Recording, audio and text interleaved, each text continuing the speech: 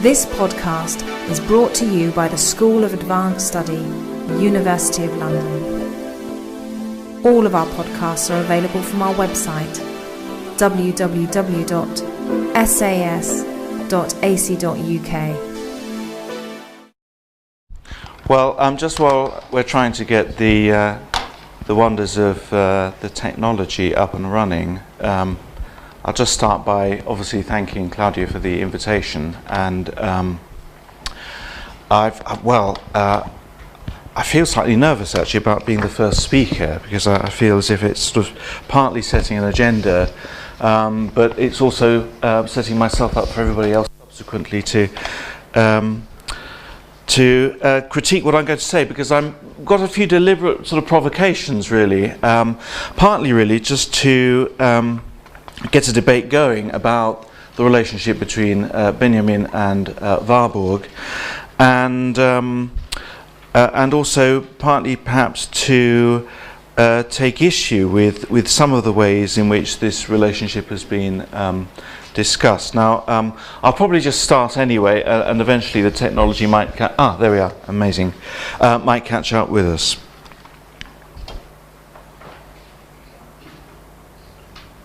Right, we're there. Great. In David Lodge's 1984 comic campus novel Small World, the central character, Percy McGarrigle, a lecturer at the fictitious University of Limerick, is concerned with getting his thesis on the influence of T.S. Eliot on Shakespeare published.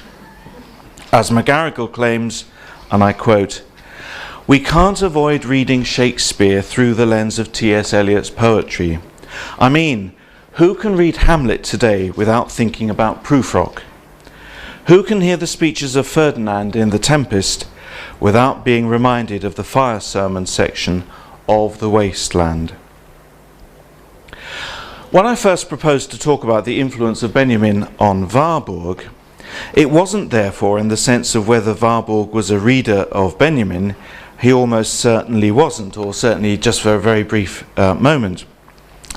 Rather, in the spirit of McGarrigle, I was driven by the sense that today it's almost become de rigueur to discuss Warburg with reference to Benjamin. In fact, I might go even further and suggest that it is because of this relationship that Warburg has benefited from such a growth of critical attention in the past 30 years. And certainly the fact that he has become a topic of interest to a much wider readership than was hitherto the case, I think, is undoubtedly due to the connection between the two writers. So I might even go further and suggest then that it's because of this relationship that Warburg has benefited. But at the same time, I'd like to suggest that examination of the parallels and affinities between them has, in an important sense that hopefully, or I'll make clear as the paper goes on, hasn't gone far enough. And in particular, while Benjamin was already being subjected to critical interrogation in the 1930s, starting of course with the correspondence with Adorno, this hasn't really happened in the case of Warburg.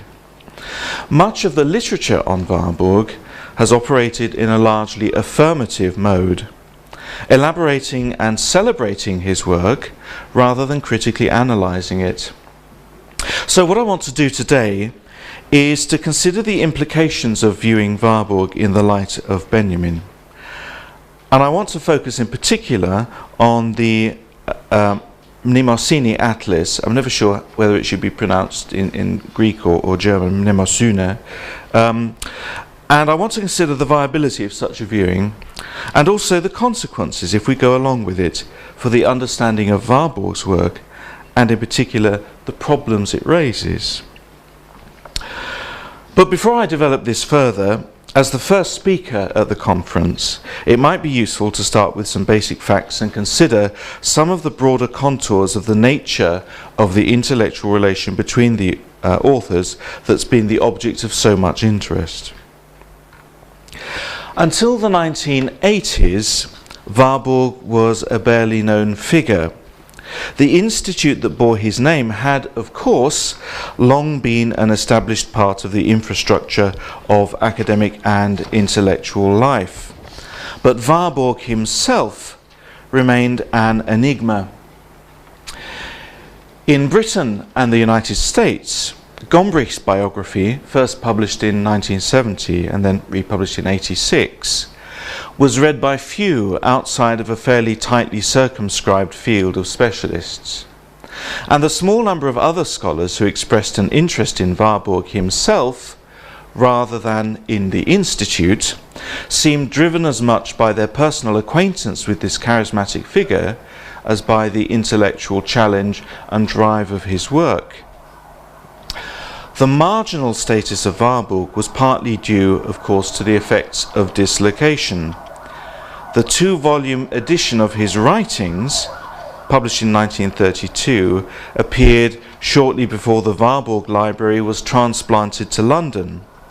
And as a result of this, and the political circumstances that compelled the relocation of the library, Warburg's oeuvre was cut off from its readership. Yet also, when transplanted to Britain, his thinking didn't translate well. His students and associates, such as Panofsky, Edgar Winz, Gombrich or Fritz Axel, adapted to the altered intellectual environment of the Anglo-Saxon world, but it was at a price. Panofsky took iconography in a completely different direction from that of Warburg himself. And Edgar Winz, whose most ambitious early writings attempted to link art history to conceptual problems in the metaphysics of scientific inquiry, and here I'm referring to his habilitation on experiment and metaphysics, which is still hardly known, but is a very interesting text. Edgar Winz underwent a similar intellectual transformation. Warburg himself, having died in 1929, had no such opportunity to reinvent himself, and I suspect he wouldn't have been interested in doing so anyway. And thus his work was a strange anomaly, largely overlooked, occupying an awkward place even in the institution he had originally founded. If we fast forward 30 years to the present, the situation has changed beyond all recognition. Commentators as varied as Griselda Pollock, Frank Kermode, Benjamin Buchloh and Margaret Iverson have all been drawn to his work, pressing him into the service of contemporary disciplinary debates, most of them claiming him to be the single most innovative and important cultural theorist of the 20th century. As one recent commentator has noted, and I quote, "Since Warburg's work not only has the Atlas profoundly modified the forms and therefore the content of all cultural sciences or human sciences, but it has also incited a great number of artists to completely rethink the modalities according to which the visual arts are elaborated and presented today." This is, of course, hyperbole. Warburg did develop some quite interesting forms of visual and cultural analysis, but equally, and I appreciate that this is perhaps a contentious point that some might dispute, much of his thinking was deeply conventional and was rooted in the intellectual sources with which he engaged as a student and as a young scholar in the 1880s and the early 1890s.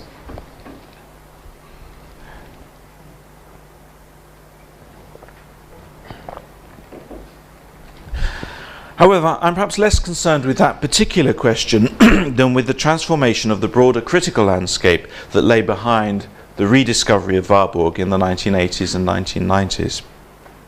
Central to this was the parallel rediscovery of Walter Benjamin, which of course Claudia has already mentioned.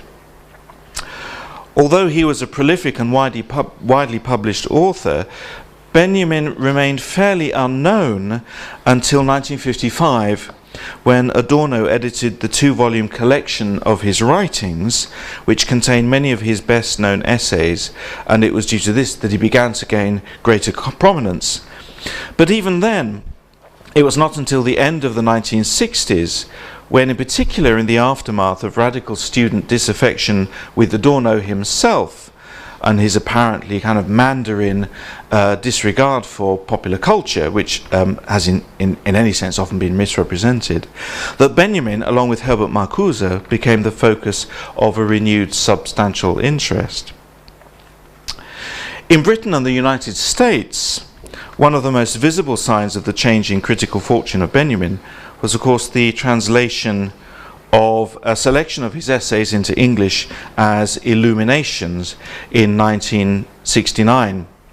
And then, of course, 3 years later, with John Burge's popularization of Benjamin's ideas in Ways of Seeing. While, of course, in Germany, Suhrkamp began publishing the first volumes of the Gesammelte Schriften of Benjamin in 1974. This project made much material accessible to a wider readership that was until then little known. But undoubtedly the most significant work to be included was the complete text of Benjamin's Arcade project, or Passagenwerk, which had hitherto only been published in fragments. Thanks to popularization by figures such as Burge, and with his wide-ranging interests that managed to combine critique of commodity culture with writings on the history of photography, surrealism, fascism, Parisian modernity, as well as literary classics such as Goethe, Kafka, the Baroque Trauerspiel, and German Romanticism, Benjamin's writings exercised a wide appeal that ensured that he became one of the major theoretical sources of critical theory and cultural analysis from the 1970s onwards, and in many respects he eclipsed Adorno, Horkheimer, and other representatives of the Frankfurt School. It did not go unnoticed by commentators that Benjamin displayed a lively interest in art history. He had attended lectures by Wölfflin and was also a reader of Alois Riegel. Benjamin himself acknowledged reading Riegel's late Roman art industry as a student, and he singled it out as one of 4 books that have remained alive, stating, and I quote, "This book is one of the most striking proofs that every major scholarly discovery results in a methodological revolution on its own." With regard to Riegel, Benjamin returned on several occasions to the legacy of the Vienna School, and not always uncritically. In the second version of his essay on the work of art in the age of its technological reproducibility, Benjamin critiqued Riegel and Franz Wickhoff for the fact that they were, and I quote, "content to highlight the formal signature which characterized perception in late Roman times, and failed to consider the broader societal changes that underlay the shifts in Kunstwollen." As he developed his own methodologies, his criticism became sharper of the failings of such formalist art history, given his commitment to the notion of cultural practice as an expression of the economic base. And I leave to one side the fact that he didn't really clarify how expression differed from the traditional Marxist idea of reflection, certainly not in a satisfactory way. However, of course, today it's Benjamin's relation to Warburg that is our prime concern. It's long been known that Benjamin had a more than passing interest in the latter's work.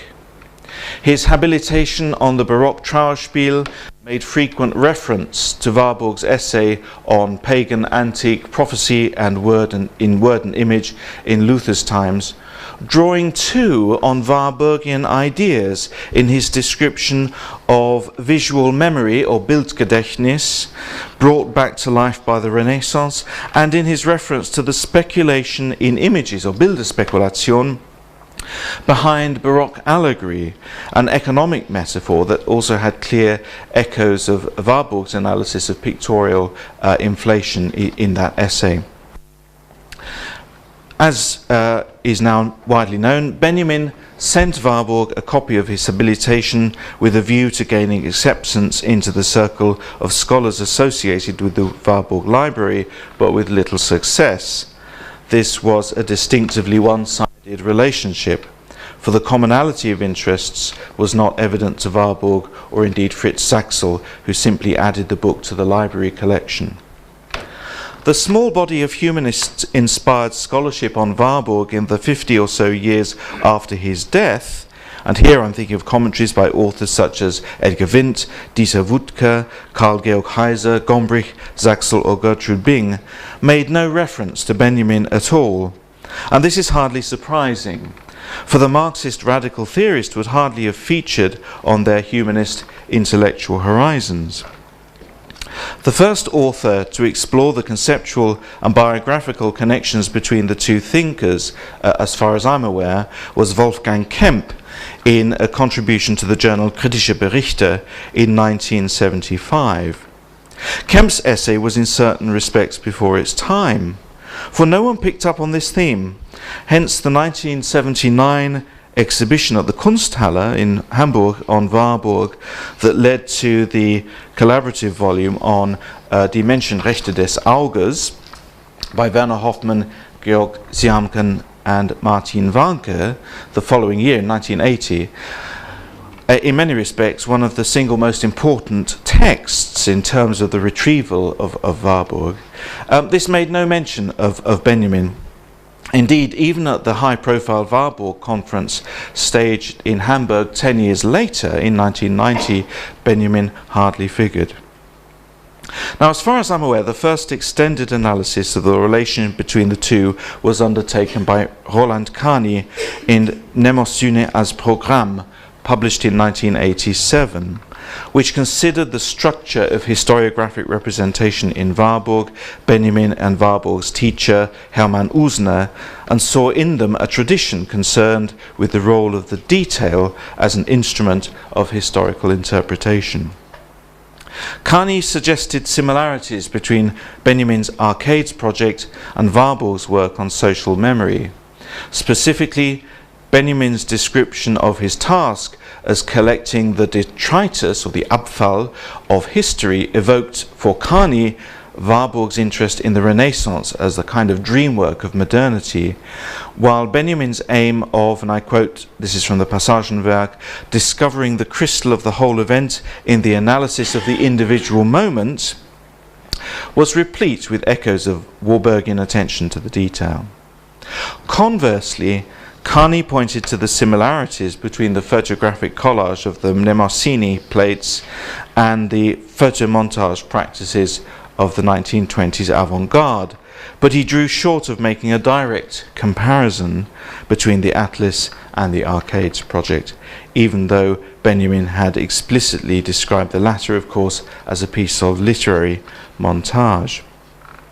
Kani's book was important because it brought together a range of elements into a productive constellation that has since strengthened the sense of correspondences and affinities between the thought of the two authors. This idea is now a commonplace, although it's worth reminding ourselves that as late as 1999, Kurt Forster felt compelled in his foreword to the Getty translation of The Renewal of Pagan Antiquity to criticize what he regarded as the modish tendency to appropriate Warburg to the cause of 20th century critical theory. Now, I don't intend to give a potted account of subsequent interpretations of the Warburg-Benjamin relationship. Rather, as I indicated earlier, I wish to focus on the Mnemosyne Atlas and its parallels with the Arcades project. For it's this that has shaped recent interpretations of Warburg and, crucially, has created a larger audience for his work. For the Mnemosyne Atlas has played a decisive role in changing perceptions of Warburg as the scholar of Renaissance culture into the image of Warburg as a leading cultural theorist. Much of the shared concern of Benjamin and Warburg relates to their common interest in the historicity of experience, the relationship between modernity and social memory, the relation between history and memory, and the nature of history itself. However, it's the epistemic function of the Atlas that I wish to concentrate on here, for it's this that has been central to probably the most important recent interpretation of Warburg, Georges Didier Huberman's exhibition Atlas, How to Carry the World on One's Back, first staged at the Reina Sofia last year. Because for Didier Huberman, the crucial point of convergence between the two lay in the epistemological project that drove each of them, specifically the question of historical singularity and its relation to the general.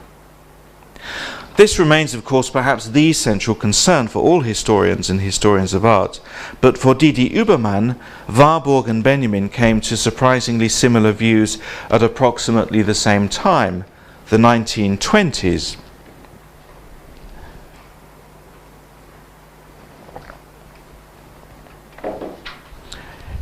In the epistemo-critical prologue to Origin of the Trauerspiel, Benjamin argued that the individual phenomenon could not be comprehended by subsumption under a general category, since this would necessarily lead to the destruction of its particularity.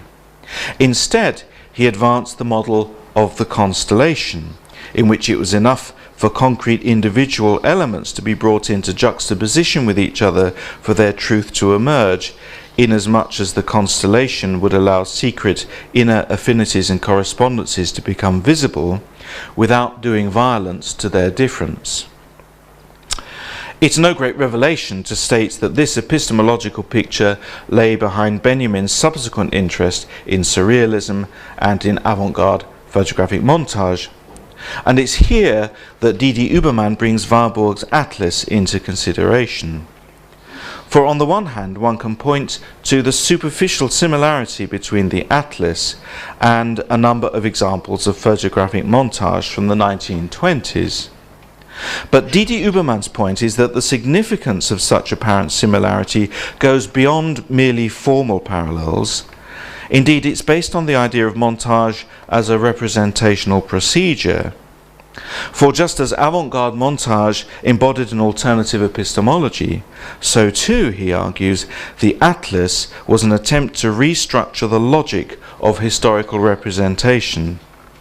Its juxtaposed images are presented in their singularity, with all their affinities, conflicts and differences left open to vision. As Didier Huberman states, and I quote, Mnemosyne thus arranges its anthropological objects without ever sacrificing to the scientific myth of exhaustive classification, to the positivist religion of final explanations, or to the causal superstition of univocal determinations. And later, he added, it, the Atlas, is important therefore for its morphological and critical content, its way of discovering and constructing a whole world of hitherto unseen affinities or of conflicts. Now, as an illustration of this, he cites the final plate on the Eucharist that, of course, includes Raphael's Mass of Bolsena, as well as a number of images which, in their constellation, show, and I quote Didier Huberman again, the tragic complicity of dogmatic establishment of the Feast of Corpus Domini and the development of Renaissance anti-Semitism, close quote. And yet, he notes, the plate also includes, inexplicably, a page from a catalogue of Japanese corporal punishments, here, and a photograph of a harakiri being enacted, here, and then here we have one, of course, of many excerpts from newspaper cuttings, which seem to difficult, Didier Huberman claims, to reconcile with the overall theme. This illustrates what Didier Huberman calls the kaleidoscopic phenomenology of the Atlas. Its very uncertainty and ambiguity throws up the possibility of some new, hitherto unconsidered affinity, configuration, relation. It's for this reason, Didier Huberman argues, that what he dismissively refers to as Anglo-Saxon commentators are missing the point when they root the Atlas in the tradition of the scientific Atlas that had emerged in the 18th century. Of course, it's always possible to point to the precedents for Mnemosyne. One might mention, for example, Zeman's extraordinarily successful art historical atlas of the first published in 1879 with a text by Anton Springer as well, which a number of commentators have pointed to the fact that obviously the atlas was not an entirely new form. Yet for Didier Ubermann, this and other examples were completely different enterprises, using the form of the atlas as a medium of taxonomic ordering, which is precisely what Warburg was not attempting to do. Now, on the one hand, this is a highly persuasive argument, and it gives the analysis of the relation between Warburg and Benjamin a much greater complexity, perhaps, than that provided by previous authors. But I'd like to suggest that it raises its own conflicts and unanswered questions. First, as with many commentators on the Atlas, Didier Ubermann focuses on a small proportion of the total number of plates, including the famous first three, A, B, and C, dealing with systems of spatio-temporal organization and representation. Plate 1, on divination in the ancient Near East, which features a sequence of Babylonian sculptures of the liver, and also an Etruscan bronze of a liver here, which I've expanded here so you can see. And plate 2, which shows depictions of the mythological figure of Atlas, and which Didier Ubermann takes as an allegory of the Mnemosyne Atlas itself. And of course, he also focuses on the final plate. Like two others which have received a huge amount of exposure and interest, plate 77 and plate 78, these plates do bear out the Benjaminian interpretation, and in their combination of material from a wide range of sources, from anthropological and archaeological artifacts through to the ephemera of present-day popular culture, they justify, in addition, the claim that Warburg's cultural theory was far in excess of the horizons of art history. Yet I'd like to suggest that they are in fact exceptions in the Atlas as a whole. Most of the other plates conform both to the rather more limited art historical framework that was characteristic of most of Warburg's published writings. Plate 31, for example, is dedicated to the theme of northern devotional imagery and Florentine patronage of Flemish artists, with Hugo van der Goes Portinari altarpiece occupying central place, and of course with rather well-known paintings by Jan van Eyck to the top left and right, and Memling's Last Judgment at the bottom. This is thoroughly orthodox art historical material, as is, for example, plate 37, devoted to the reception of classical sculpture, or plate 39, which addresses themes Warburg had raised in his doctoral dissertation on Botticelli and the role of bewegtes Beiwerk. This is perhaps a trivial observation to make compared to my main point, which is that the impact of Warburg's use of photographic representation has not also been critically examined. Now, I'm not going to invoke here Benjamin's thoughts on reproduction, but rather those of André Malraux, whose Voices of Silence, which is often, I don't think it's had the kind of serious audience it probably deserves. Malraux's book makes a series of observations that I think are of relevance here. Specifically, he points to the levelling effects of photographic reproduction. Writing in the 1950s, when black and white was still the norm, Malraux argued that photographic images tended to produce resemblances. And I quote, "Black and white photography tends to intensify the family likeness between objects that have but a slight affinity. Very different objects of the same epoch have lost their colours, texture, and natural dimensions. The statue has also lost something of its volume. Each, in short, has practically lost its individuality, but their common style is by so much the greater." Warburg was of course not interested in style, but a similar effect is produced by the Atlas in respect of its representation of pathos formulae. In plate 40, for example, concerned with gestural excess, there's a number of representations of the massacre of the innocent. Most prominent, of course, of which is Marcantonio Raimondi's engraving of 1520, but there are others too, including Guido Reni's painting of 1611 on the bottom, and on the bottom right, Bernard Picard's engraving of 1739. These are juxtaposed with, on the right, reproductions of mythological scenes from Baldassare Peruzzi's fresco of its Metamorphoses in the Villa Farnesina. I think we're presented here with anything but a constellation of singularities. Rather, their appearance in black and white turns them into an arrangement of specimens. Plate 25, with its reproduced friezes from the Tempio Malatestiano, does this even more. And the levelling effects of the Atlas plates is further strengthened by the fact that scale has been distorted to maximize the legibility of the individual objects in their difference and similarity to each other. Here again, we may call upon Malraux, who noted, and I quote, "Reproduction has created fictitious arts by systematically falsifying the scale of objects, by presenting oriental seals the same size as the decorative reliefs on pillars and amulets like statues. As a result, the imperfect finish of the smaller work, due to its limited dimensions, produces in enlargement the effect of a bold style in the modern idiom."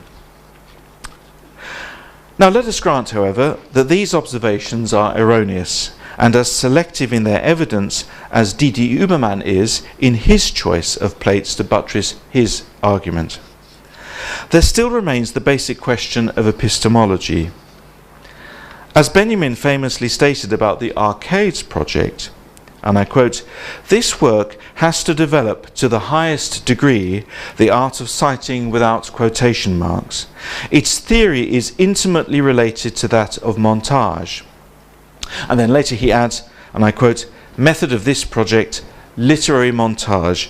I needn't say anything, merely show." These statements exemplified the idea of the dialectical image, which he defined as, and I quote, "that wherein what has been comes together in a flash with the now to form a constellation."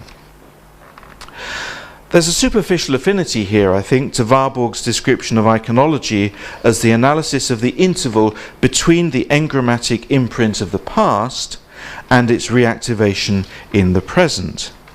But I wish to turn to Adorno's critique of Benjamin on this point.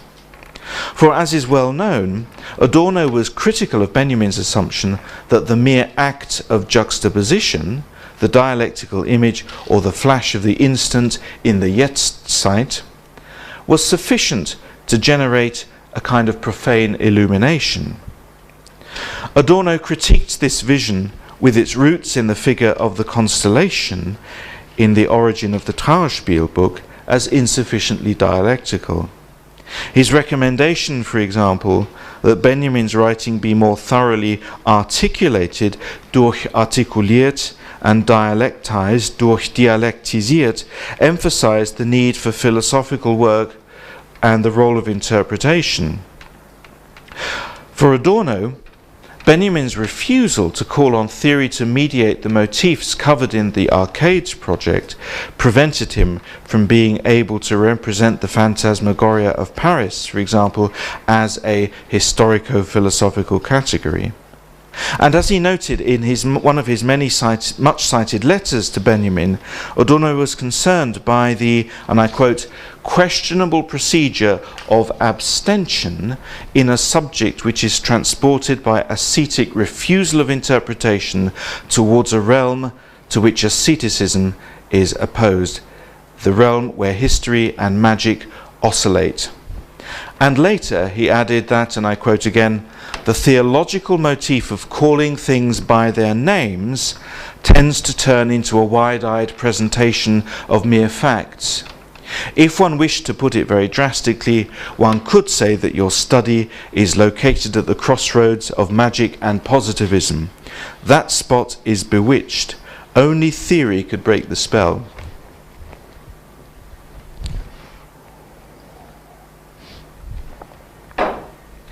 Now, it could be said that Adorno's critique applies to Warburg's Atlas, a series of plates of often arcane images, and I'm still amazed actually at the ability of the editors of the edition to actually identify everything that was there. Much of it is even very difficult to see. But it's far from evident that their juxtapositions of singularities produce that flash of dialectical insight that Benjamin and of course D.D. Ubermann claim. Indeed, Adorno's warning regarding the oscillation between magic and positivism could be seen as exemplified in the two approaches with which Warburg's work always threatened to become confused. On the one hand, the positivistic documentation of symbols and their transmission, already evident in the work of Zaxel or Wittkower, for example, or the quasi-magical invocation of archetypes. And here I touch on the difficult question of the relation between Warburgian pathos formulae and Jungian archetypes, which some commentators have been keen to deny, primarily, I think, because the parallel throws up awkward questions about Warburg's project, because quite clearly that association is seen as a kind of politically problematic.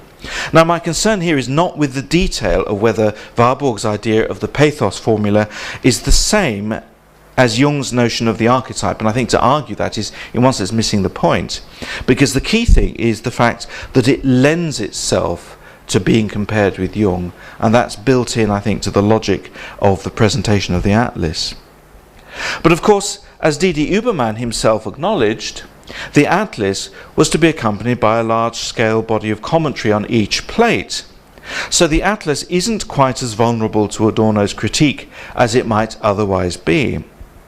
But then on that count, equally, its proximity to the Arcades project is less evident than some might claim, since the project was not based on the montage procedure of the plates alone. Now, I started out by stating that one of the reasons why Warburg has become a topic of interest to such a wide array of commentators in recent years is due to the perceived similarity with Benjamin.